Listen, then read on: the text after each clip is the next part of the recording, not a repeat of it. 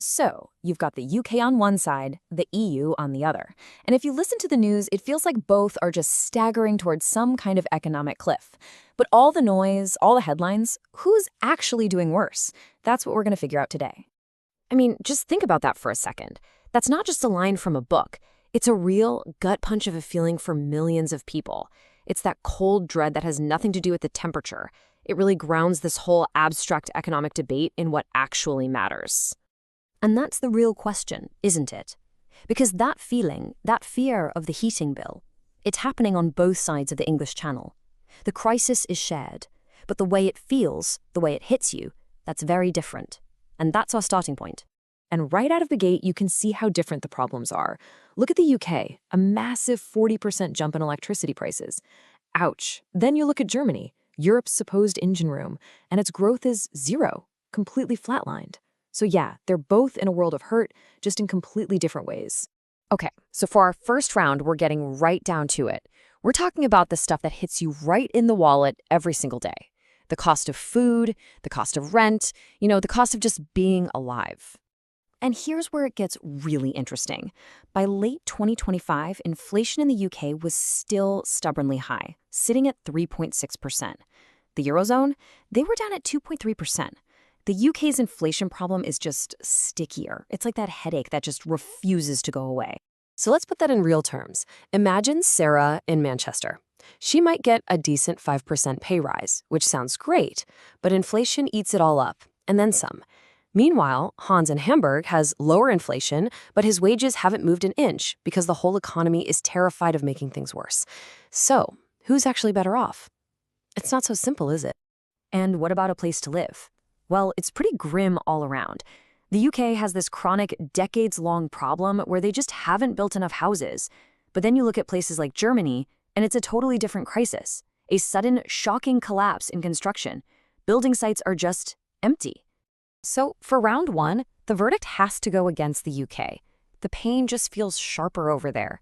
That 1-2 punch of higher inflation and this looming mortgage time bomb where people's rates are about to explode. It makes the anxiety, that day-to-day worry, just so much more intense. All right, let's move on to round two. We're stepping away from the kitchen table and heading to the factory floor. We're looking at the big picture stuff now, the core engines of these economies. Are they still running or are they grinding to a halt? And the numbers here tell a pretty wild story. The UK managed to eke out, a pathetic 0.1% growth, mostly thanks to its service industry. But Germany? Nothing. A big, fat zero. Their entire industrial machine has just seized up. It's not just a bad quarter, it's a structural crisis.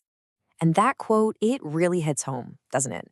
That feeling of being left behind is something that's been part of the UK's industrial story for decades. It's a slow, painful decline. But what's happening in Germany, that's new. And it's scary in a totally different way. And for this round, the verdict is just brutal for Germany.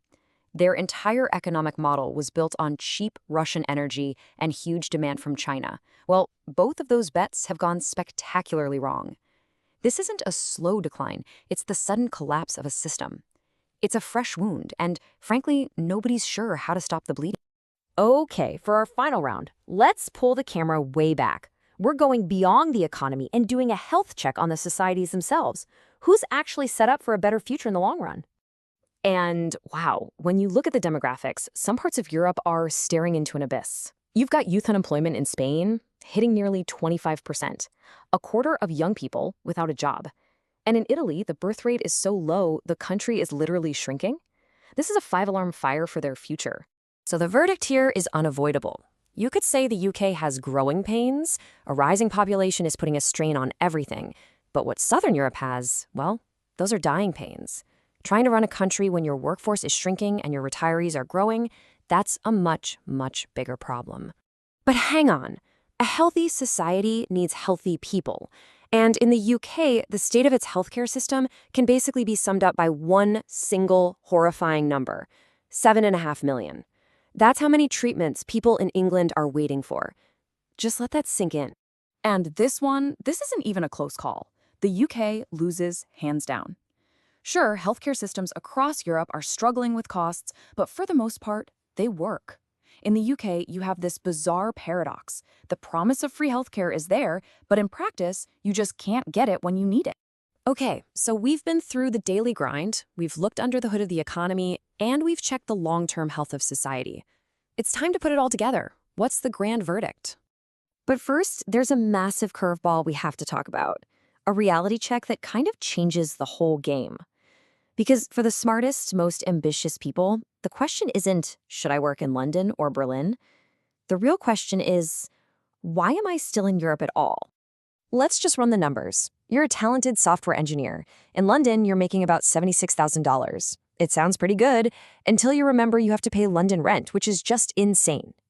So maybe you think about Berlin. Okay, the salary dips a little, down to around 69,000. Your rent is definitely cheaper, but then you get a look at your German payslip and see how much tax comes out. It's a tough trade. And then you look across the Atlantic, same skills, same job, but in Austin, Texas, $140,000. That is not a salary gap. That is a chasm.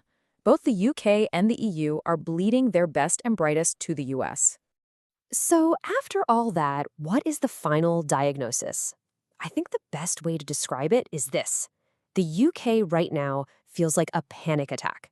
The pain is sharp, it's immediate, it's intense, the anxiety is high. The EU, on the other hand, is more like a slow-growing tumor. The day-to-day might feel a bit more normal, but the long-term prognosis, it's much, much bleaker. Which leaves us with a final, pretty uncomfortable question. If you had to choose, which would it be? The sharp, immediate pain of the panic attack, or the slow, creeping dread of the tumor? A job in a country with failing public services and crazy rent, or a beautiful, cheap house in a village where there are no jobs to be found? There's no easy answer to that one.